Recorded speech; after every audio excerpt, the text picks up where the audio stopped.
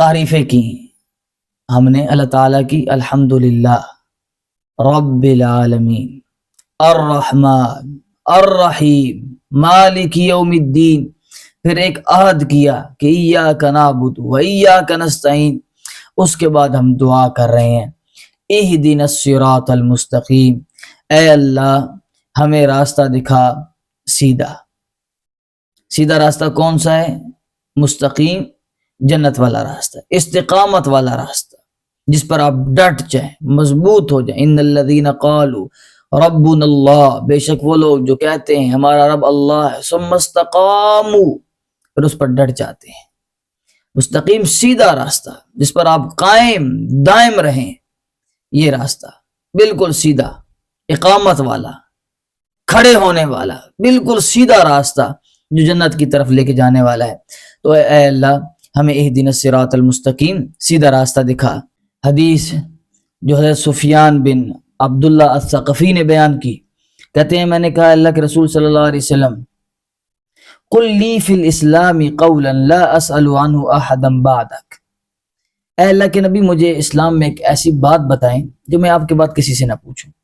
تو آپ صلی اللہ علیہ وسلم نے فرمایا قل، کہہ آمنت باللہ، میں ایمان لایا اللہ کے ساتھ، ثم استقم، پھر اس پر قائم ہو جا، سیدھا ہو جا، کھڑا ہو جا، ڈٹ جا، ثم استقم مرتين، ڈٹ جا، کھڑا ہو جا، یہ استقامت ہے۔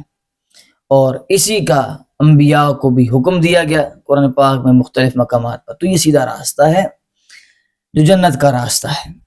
اب یہ راستہ کن لوگوں کا ہے؟ صراط الذین، راستہ ان لوگوں کا انعمت علیہم، جن پر آپ نے انعام کیا۔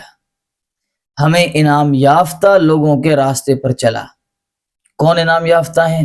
اسی کو قرآن پاک نے خود بیان کر دیا کہ اولئک الذین انعم اللہ علیہم، جن پر اللہ نے انعام کیا وہ لوگ کون ہیں؟ من النبیین، انبیاء ہیں، والصدیقین، انبیاء کی تصدیق کرنے والے صدیق ہیں، والشہداء، اور شہداء ہیں، والصالحین، اور نیک لوگ ہیں۔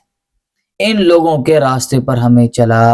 اور امام ابن جریر نے ابی العالیہ سے نقل کیا ہے رحمہ اللہ تعالی، کہتے ہیں ان الصراط المستقیم هو النبی صلی اللہ علیہ وسلم، صراط مستقیم نبی کریم صلی اللہ علیہ وسلم ہے، وصاحباہ من بعد، اور نبی کریم صلی اللہ علیہ وسلم کے دو ساتھی ابو بکر و عمر ہیں جو صراط مستقیم ہیں۔ اور طبرانی نے حضرت عبداللہ ابن مسعود رضی اللہ تعالیٰ عنہ سے نقل کیا کہ صراط مستقیم کیا ہے؟ حضرت ابن مسعود رضی اللہ تعالیٰ عنہ کہتے ہیں قال الصراط ہی التی ترکنا علیہ رسول اللہ صلی اللہ علیہ وسلم، وہ راستہ جس پر ہمیں نبی کریم صلی اللہ علیہ وسلم چھوڑ کے گئے، وہ راستہ صراط مستقیم ہے۔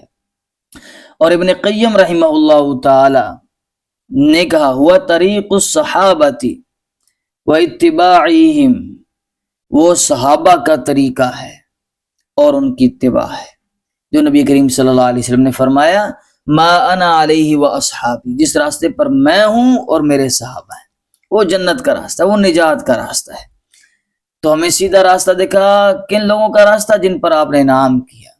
انعام یافتہ لوگ کون ہیں؟ انبیاء ہیں، صدیقین ہیں، شہداء ہیں، صالحین ہیں، اور صحابہ ان میں سر فہرست ہیں۔ اولئک علی ھدی من ربہم واولئک هم المفلحون، آمنو، ایمان لاؤ، کما آمن الناس، جیسے یہ صحابہ یہ لوگ ایمان لائے ہیں۔ تمہارا ایمان معتبر ہی تب ہوگا جب تم میرے صحابہ جیسا ایمان لاؤ گے، اللہ تعالیٰ کہہ رہے ہیں۔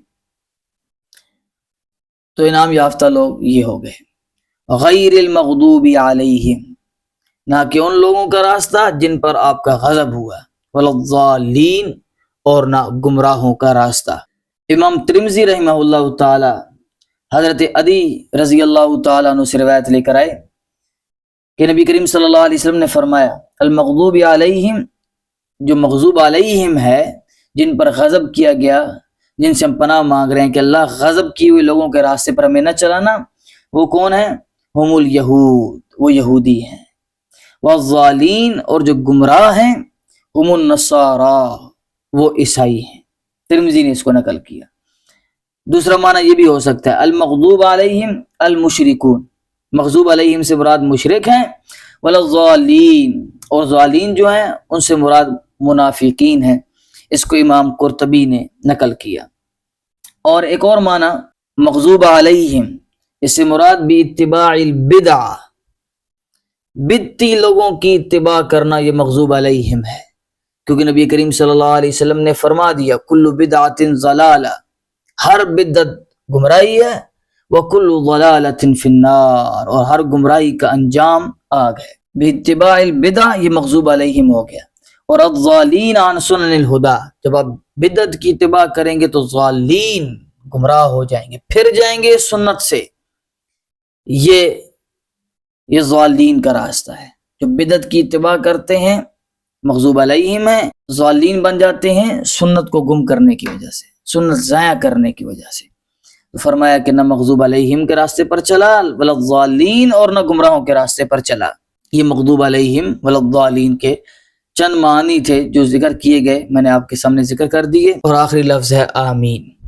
آمین کا جو معنی ہے وہ یہ ہے استجب دعاءنا یا رب العالمین، اے رب العالمین ہماری دعاؤں کو قبول فرما، یہ آمین کا مطلب ہے۔ ابن کثیر رحمہ اللہ نے ایک بڑی خوبصورت بات نقل کی، وہ یہ بات ہے کہ حضرت انس رضی اللہ تعالیٰ عنہ کی روایت لے کر آئے ابن کثیر رحمہ اللہ، اور کہنے لگے کہ اوتی تو آمین، نبی کریم صلی اللہ علیہ وسلم نے فرمایا کہ مجھے آمین دی گئی ہے فی الصلاۃ، نماز میں، وعند الدعاء، اور دعا کے وقت مجھے آمین دی گئی، یعنی ہر دعا کے بعد آپ نے آمین کہنا ہے۔ لم یؤت احد قبلی الا ان یکون موسیٰ علیہ السلام، مجھ سے پہلے یہ آمین کا کلمہ کسی اور نبی کو نہیں دیا گیا، ہاں ایک مرتبہ یہ بات پیش آئی کہ موسیٰ علیہ السلام دعا کرتے تھے، وہارون یؤمن، اور ہارون علیہ السلام آمین آمین کہتے تھے۔